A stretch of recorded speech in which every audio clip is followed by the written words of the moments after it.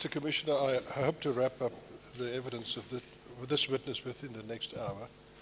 Can I Just to remind you, Mr. Jack, that you are still under oath. Thank you. Yes, thank you, Chair. 54.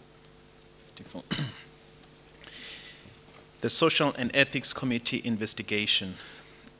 It was also reported that the Chief Investment Officer, Dr. Dan Machila, has raised a number of concerns around the governance review with the Chair of the Social and Ethics Committee, Ms. Rejan Woodruff. The board delegated the issue to be dealt with by the SEC, the Social and Ethics Committee, to provide feedback in the next board meetings. My understanding of the questions raised by Dr. Dan Machila were as follows. Firstly, process issues around the governance review. Questions such as the KPMG appointment process. Terms of reference, is the work done previously by them not sufficient? Is it now an investigation? Is there no conflict of interest with Mr. Ignatius Sihule, whose wife was a partner at KPMG, in having them do the review? And the Directors' Affairs Committee or Board Committee meeting in camera sessions where the executive board members were not present. Is not the governance review a matter for all directors? Interviews with employees without senior staff, is that not problematic? And then secondly, procurement procedures around the governance review.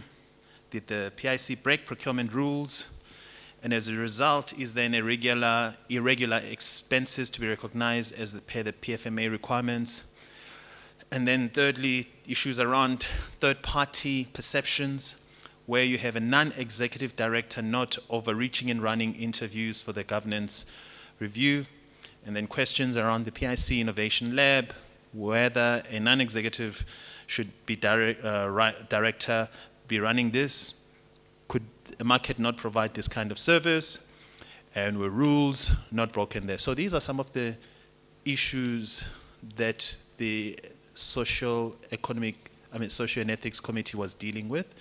And as a result... I'm sorry.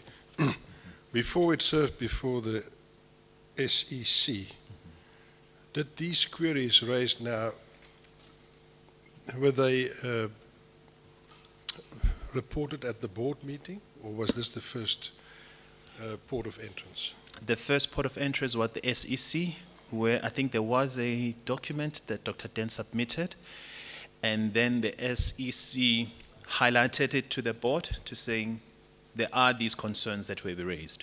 And therefore the board gave the mandate to say, SEC, please continue investigating these concerns, so that you want to have a fair hearing of the concerns that management are expressing.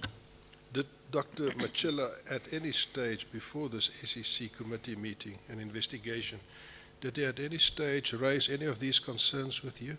No, he never engaged with me at all on his concerns. Perhaps I must ask you, what was the relationship between you and Dr. Machila? Was it cordial?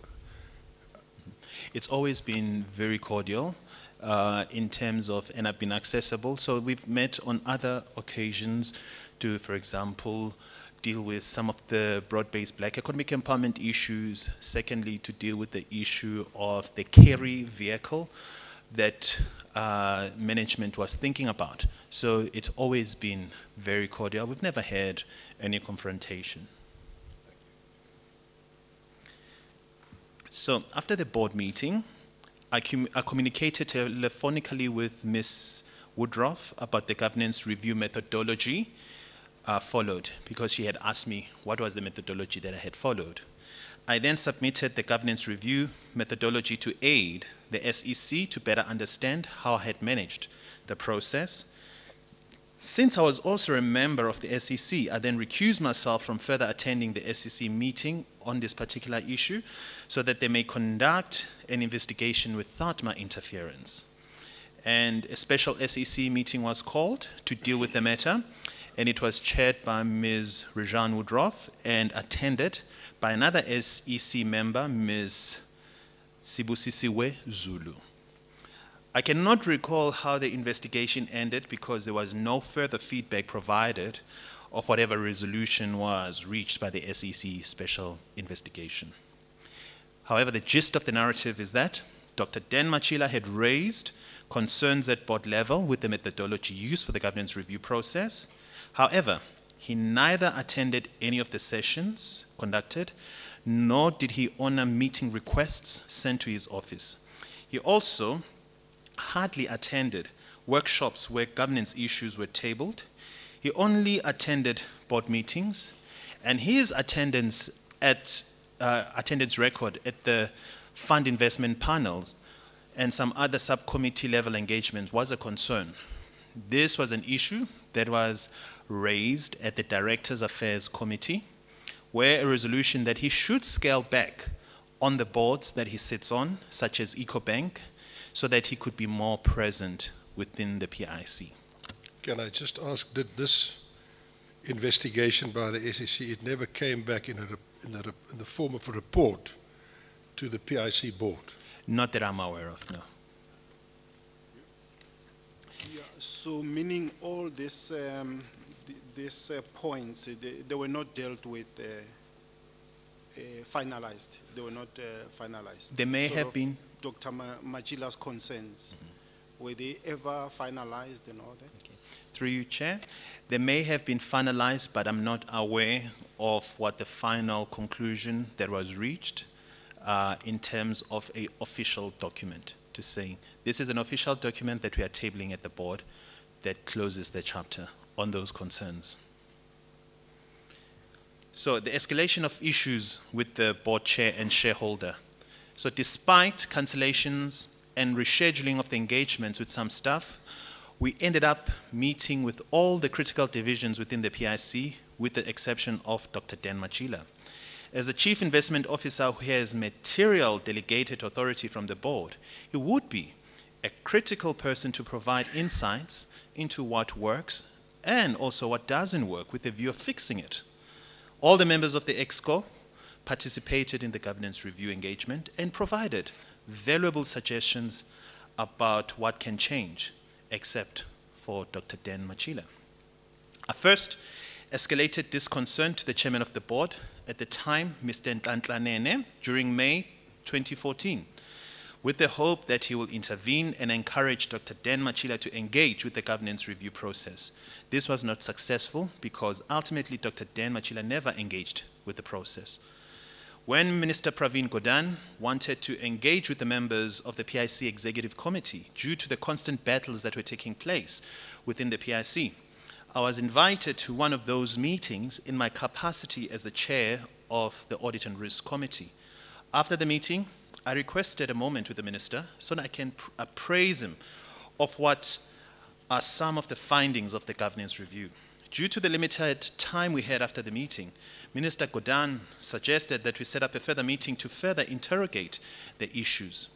He saw the state of affairs at the PIC as an emergency that needed to be dealt with and rectified as soon as possible.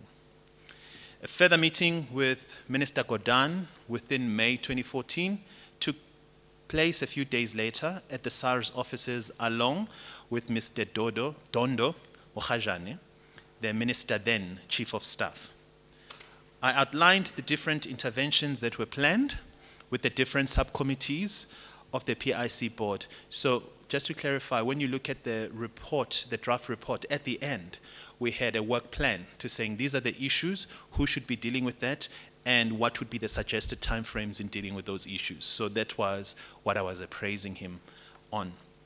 He requested to be appraised of the progress and offered whatever help he could on his side as the shareholder representative to fast-track the quick wins within PIC. I indicated the difficulties we had with engaging with Dr. Dan Machila in the governance review process, and the minister said he will engage with him urgently. However, shortly after that meeting, we had the board meeting on the 23rd of May 2014, and 24 May 2014, the Minister of Finance term of office came to an end. Minister Gordhan was replaced by Mr. Ntantlanene as a finance minister, and the deputy finance minister was Mr. Mcebisi Jonas, who effectively became the new chair of the PIC board.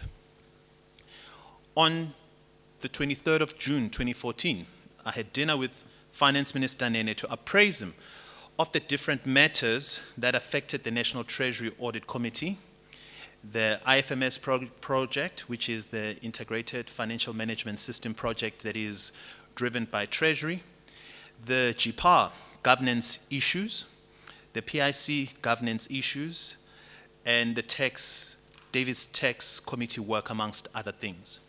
I updated the Minister on the various workshops we were having with the different subcommittees of the board. The Minister mentioned that at least some of the things arising from the governance review were before Cabinet, and that the role of Deputy Chairman was agreed to by Cabinet. A Cabinet statement came out on the 26th June 2014 announcing Mr. Roshan Morar as the Deputy Chairperson of the PIC, confirming Minister Nene's statement to me. I also highlighted that we still did not succeed in engaging with Dr. Dan Machila to contribute to the deliberations of the governance review. It was during this time that the CEO, Mr. Elias Masilela, was leaving the organization, resulting in Ms. Matsepo More to be appointed the acting CEO. And on 1st December 2014, Dr. Dan Machila was appointed CEO of the Public Investment Corporations. And in the March 2015 annual report of the PIC, the executive head of legal was Ernest Nasane, and the executive head of risk was now Paul Magula. What month did Mr. Masilela leave? What month in 2014, I think? I think it was July. July. Yeah, 2014. But I'm subject to correction, but it's around that time, I think. Department of Arts and Culture. So it was during June 2014, I began engaging with Minister Natim Tetwa with a view of being his special advisor. This was an opportunity for me to revive my first love, music and film, while using my business and finance skills to transform the arts and culture sector. Most people found this as a nonsensical move because of the apparently incompatibility of the arts and culture sector to the business sector. For me, it was an opportunity to make a difference in the area of my passion. In July 2014, I joined the Department of Arts and Culture as Special Advisor to the Minister of Arts and Culture. However, due to the numerous issues that had to be resolved, my time became limited to do other things. In September 2014, my appointment changed from being a Special Advisor to head of the Pakisa operation projects within the ministry to fast-track the programs of the minister. It was during this time that the Director General of the Department of Arts and Culture was suspended. And then on 1st October 2014, the minister appointed me the Acting Director General due to the pervasive nature of the work required to clean up the department. In reflecting back, I took the challenge with the Department of Arts and Culture due to the lack of progress in addressing the critical and substantive matters one identified within the PIC. The Stalingrad approach elements were evident in the situation and are usually meant to drain one's energy until one gives up. I lost interest in the PIC at some point due to the effectiveness of that Stalingrad strategy used by the PIC executives and the inability of the chairs and shareholder representative to bring them to account. The bottom line was that I could not rely on the escalation processes to deal with the issues due to the lack of ability to bring accountability to the executives of the PIC, both at the chairperson or shareholder level. This claim is based on the fact that through all work done, I was never able to get anyone to bring Dr. Dan Machila to account and give his insight into the investment decisions under his watch. So, the end of roles within National Treasury and its entities. In the November/December 2014 annual general meeting, I was removed by the shareholder as the chair of the Audit and Risk Committee, and Ms. Sibusisiwe Zulu was appointed. It is the shareholder's prerogative to appoint the Audit Committee, as noted in the PIC's 2015 annual report on page 26, which states, the members of the Audit Committee Audit and Risk Committee are all independent, non-executive directors who get elected by the shareholder in line with Section 94, subsection 2 of the Companies Act of 2008. In 2015, my attendance of the PIC board meetings declined considerably because I could not invest my attention capital in a place where it's difficult to generate a return on investment for the organization. In February 2015, my tenure as the chair of the Accounting Standards Board came to an end. In April 2015, I resigned as the chair of the National Treasury's Audit Committee. Why? There is an inherent difficulty in being an acting accounting officer of one government department and also being a chair of an audit committee of another department. Furthermore, I was struggling to give enough time to the task at hand at the National Treasury, so it was truly unfair to the National Treasury to retain me as chair. In May 2015, the Private Equity and Africa Fund Investment Panel at PIC was dissolved and merged to another fund investment panel. The Private Equity and Africa Fund Investment Panel was getting close to be fully invested and had to get more allocation of funds from the GPF. I guess the timing was opportune to merge it with either FIPS. My performance at the Davis Tax Committee also suffered considerably due to the decreased time I allocated to its work. So I received a letter from the Minister of Finance which highlighted this difficulty and suggested that I resign. In July 2015, I resigned from the Davis Tax Committee. The reason I didn't resign from the PIC board was based on some officials at the National Treasury who contacted me as they were preparing a submission for the renewal of my term. The only obstacle to be dealt with at the time was based on the DPSA governance manual requirements and conditions placed on a head of department being on a board of an entity under another government department. This arrangement requires consent on both ministers to agree to that appointment.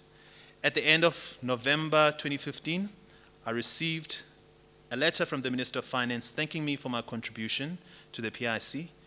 That marked the end of my 3-year journey at the PIC.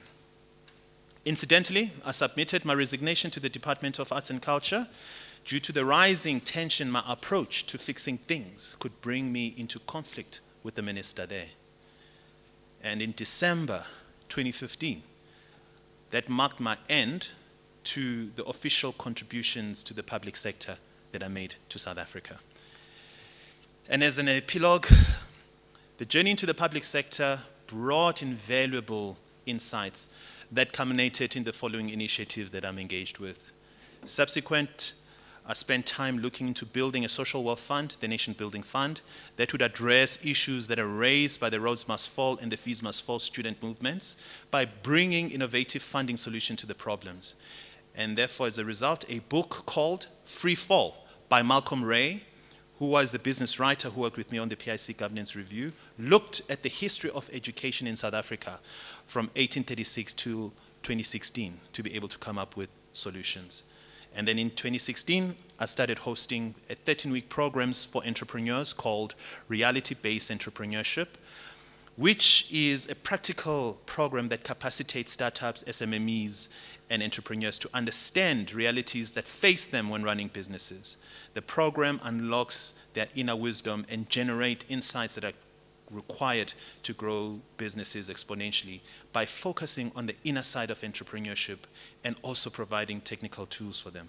And in 2018, I piloted a reality-based governance program, which is a practical program that capacitates Black professionals to understand the realities that face them when leading governance within the private and public sectors. Similarly, the program unlocks wisdom and generates insights which enable the board members to grow businesses that they serve exponentially or accelerate service delivery in the public sector. And lastly, towards the end of 2016, I reflected on my journeys in both the public and the private sector and invoked my love of music to channel the various emotions into recording an album. So in 2017, I released a single titled I'll Never Find Another Here and Now, which is available on iTunes and Apple Music, amongst other channels. As we speak, the full album titled Sabela will be released in June. This completes the circle which started with the love of music and film, which moved towards the public and private sector adventures to ultimately round off to a music album. This has not been a fruitless journey for me, but I harvested great insights along the way with the hope of helping others avoid the pitfalls encountered. It is in this spirit that I am willing to help the PIC Commission with its work by providing some of the documentation and insights from the governance review of 2014. And that concludes my statement. Mr. Commissioner, it's clear that the man has made enough money to start his music career. But I wonder whether it is jazz. It is jazz indeed. But before I let him go, I need to ask him a question I missed. And I need your guidance and assistance to the Commission, seeing that you served on this Audit and Risk Committee. In your view, with an institution like the PIC, what do you recommend? Is it advisable to have one committee, or should there be a separation between the Audit Committee and the Risk Committee? Based on the experience I've had with National Treasury, it was prudent to have the Risk Committee being separate and have the Audit Committee separate due to the volume of issues that have to be dealt with by two committees. The risk of conflating the two is that you might find more audit matters being dealt with than risk matters. And therefore, it forced us at the PIC to even have risk workshops or extra risk related engagements, because within the normal program, we could not be able to accommodate fully the risk issues. So one would recommend that if you had separate risk committee and a separate audit committee, you'd be able to fully deal with the issues without having to rush. But there must be a confluence at some point where the chief risk officer with the chief audit executive can be able to make sure that they talk together, because the work of the internal audit must be highlighting and trying to mitigate the work that has been highlighted as risk areas by risk committee. So by giving them separate, keeping them separate, it just gives them enough room to actually work through the issues. Just on that, because I agree that the question should be, if they are separate, how do you coordinate? But what I've seen elsewhere is an ex officio position, that by virtue of being the chief risk officer, you sit on the audit committee, and by the virtue of being the internal auditor, you sit on the risk committee. Absolutely spot on. As the chair of when I was the chair of the National Treasury's Audit Committee, I was sitting on the National Treasury Risk Committee. Similarly, the chief risk officer and the head of risk was sitting in the audit committee, and that enables that cross-pollination and being able to highlight the issues that must be covered for the organization in a comprehensive manner. Can I go? Yeah. Judge, yeah. I've got about four quick questions. Let's start with the first one. You say that you couldn't get Dr. Machila to participate in the governance process or review. Why do you think you couldn't pull it off? I mean, given the fact that you went even to the minister, why couldn't it be done? What could have been the issues there? I have no clue.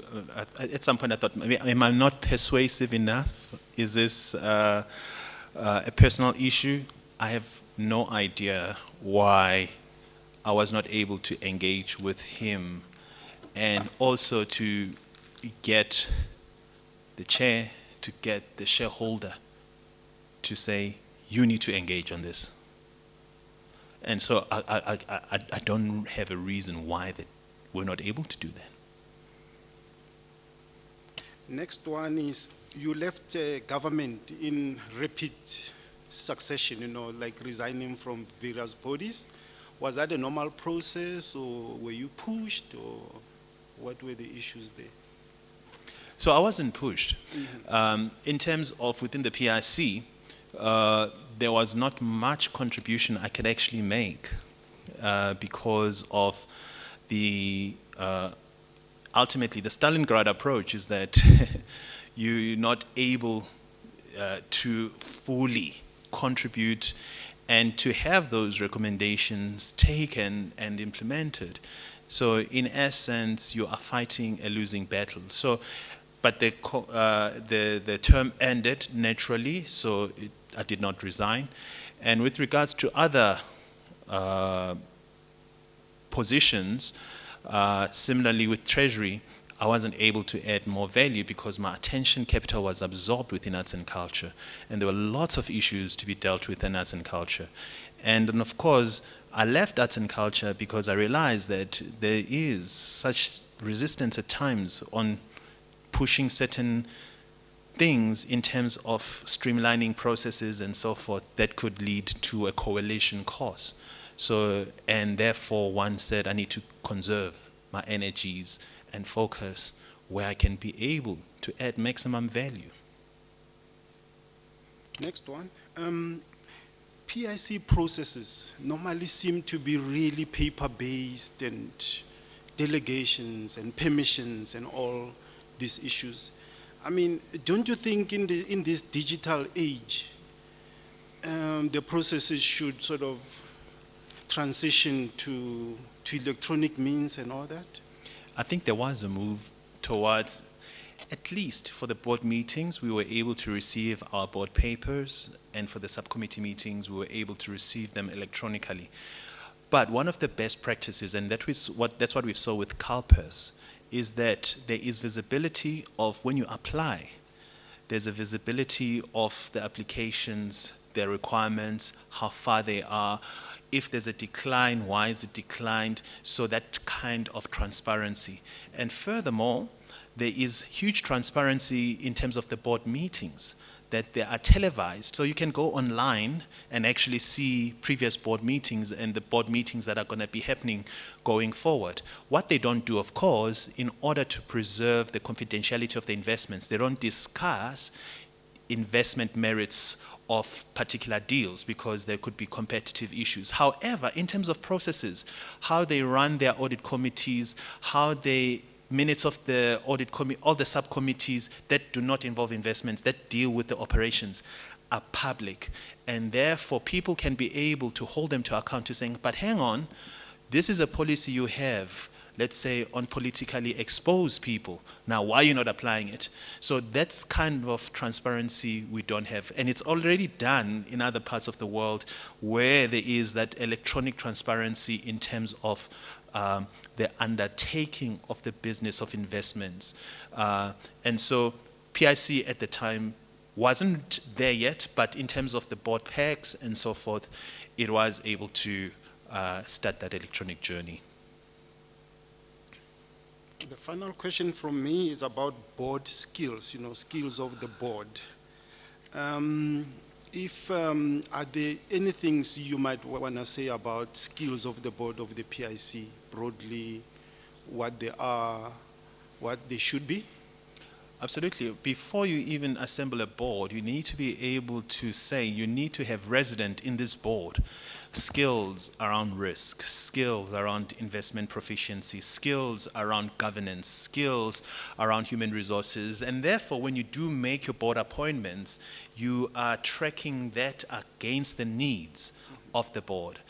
And it shouldn't really be about affiliation to say, I represent the employers or labor, because at the end of the day, there's one mission to maximize the returns of the underlying investments, and therefore you need skills that go beyond the organization that you are representing.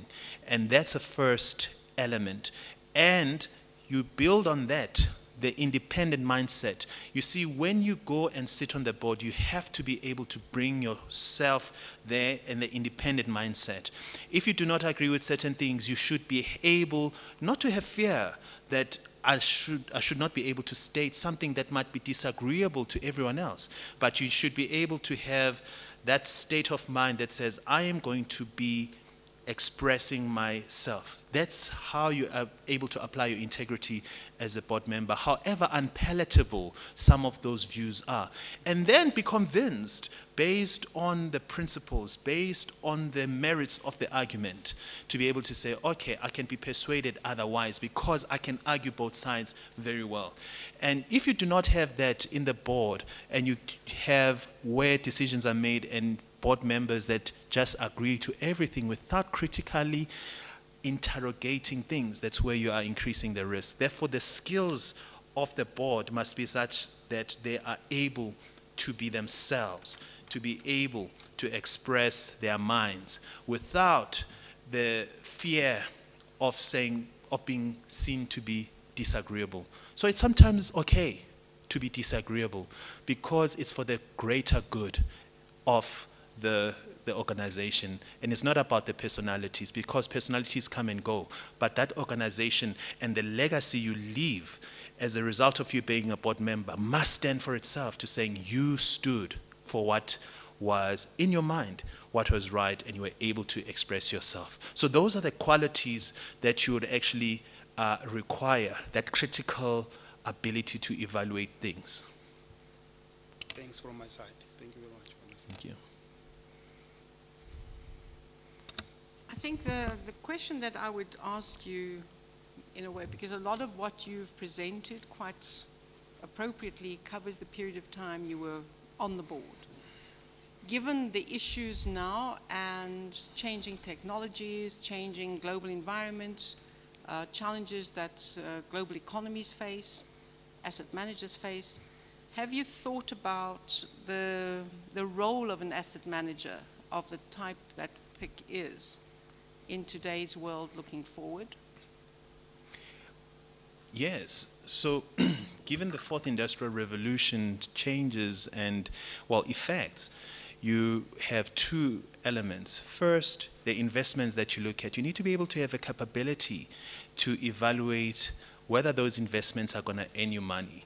So therefore, your domain expertise as an asset manager needs to just go beyond what is known for the first three industrial revolutions. You need to be actually wide and be able to be engaging. You need to have a robust research mechanism to be able to look at the assets that you're going to be investing in, because a rule for investment, you can never lose money if you can. So try to minimize the loss of money, and absolutely you want to increase your returns, because that is how we will measure you as an asset manager. So therefore, your ability to be well versed in the domains that you're going to be investing in is really critical, and which is then... Go on. If I could just ask you in relation to that, sorry to interrupt, because you mentioned a very critical question, and that is research capability. Yes. Because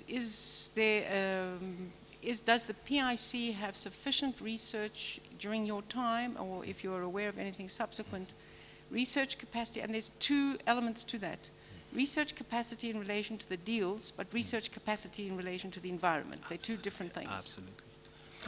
That was one of the critical aspects that came out when we engaged with listed team, to saying that the research capacity was limited, and therefore certain actions that might be taking place, if you do not have that robust research capacity, you will not be able to then effectively measure the efficacy of that investment decision.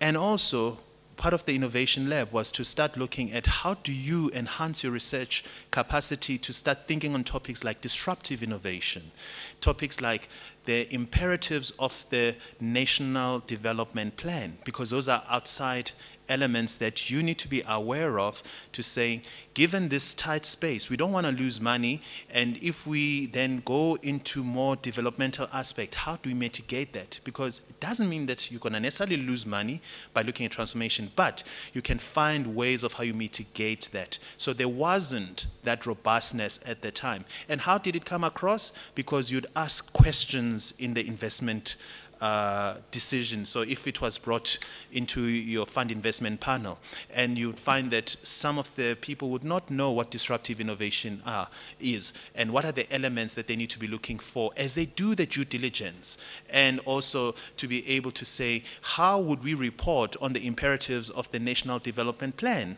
in terms of jobs that are created, impact that is made, not just looking at the B scorecard, but beyond that. So it wasn't there. And part of the recommendation was that you need to build this capacity. That's why it must mean something to work at the PIC, because you have all this trove of knowledge. But also, there was no harnessing of the internal deals that have been done. So whereby you take a meeting where you can sit by and reflect, looking at our portfolio, what have we done right? What have we done wrong? What are the lessons that we can then glean from this to be able to improve our processes going forward? That reflection did not take place. And I fought for that in my fund investment panel to say we do need to have that time. Otherwise, it's just going to be approving deals. But how do we know that we can harness some lessons? There might be errors we've made. So with hindsight, how do we know that we can be able to beef up? So that becomes important. And then the question of the asset managers in the current environment.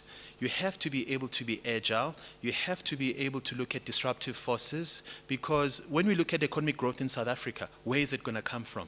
We should be looking to our investment asset managers and investment managers to be able to say, in your frontiers, are you seeing kind of market creating innovations that we can be able to harness, that we can find them at the formative stages and be able to manage so that it can be sources of economic growth. So you have to be able to have that depth of view and sight of what are those emerging issues that you need to be able to harness as an asset manager. And those were some of the difficult areas to get certain elements of the PIC to understand. Just as a follow-up question, the PIC has got the bulk of its assets, the GPF, PIC, Nexus, they got a large chunk of the assets in listed companies. Yes. And of course, we know why: good dividends, good cash flows, stable companies, blue chips. But those companies don't create jobs, generally. They don't create jobs. So where do you think the GPF and the PIC, what percentage of their assets should be in unlisted companies that are future focused and should be creating the next generation of jobs and all that? It's difficult to give you a percentage because that is influenced by the capacity of the team that is going to be deploying that capital. So if your capacity from an intellectual and technical perspective is not robust enough, you're not going to make money. Even if they can identify the right areas, but you're going to lose money. So therefore you do need, that's why when you look at asset management, it's a people's business. You have to be able to attract the top brains, the top players. I call it the Simbas of Pride Rock when you look at the Lion King, that are going to really be able to find frontiers of growth. And right now, it's difficult to say, because at the time, that robustness in terms of the skill was not really unleashed. And some of the people actually were attracted to the PIC, but because the environment was not such that they can actually be Simbas of their Pride Rock, so they left. So that is dependent on, firstly, their skills. And then you can't put a bulk of the money until you've tested the markets and be able to test the capacity of managing those risks. And with greater returns that they show, then you give them more capital. And you have to allow room for failure, because you can't expect to be always winning. So that intolerance of failure is also a problematic thing, because people never then glean insights into, okay, we failed on a small deal, how can we learn so that we can make more money and recoup the losses that we had on the smaller deals. So until you're able to have that robustness, you cannot, given the risks that are involved in the liabilities that could be coming on the pension side, to then deploy too much if the bench strength, the management bench strength, is not as robust as it can be. Thank you. Well, it looks like that is it. Thank you so much, Mr. Jack, for your time and the type of evidence that you've given us or placed before us.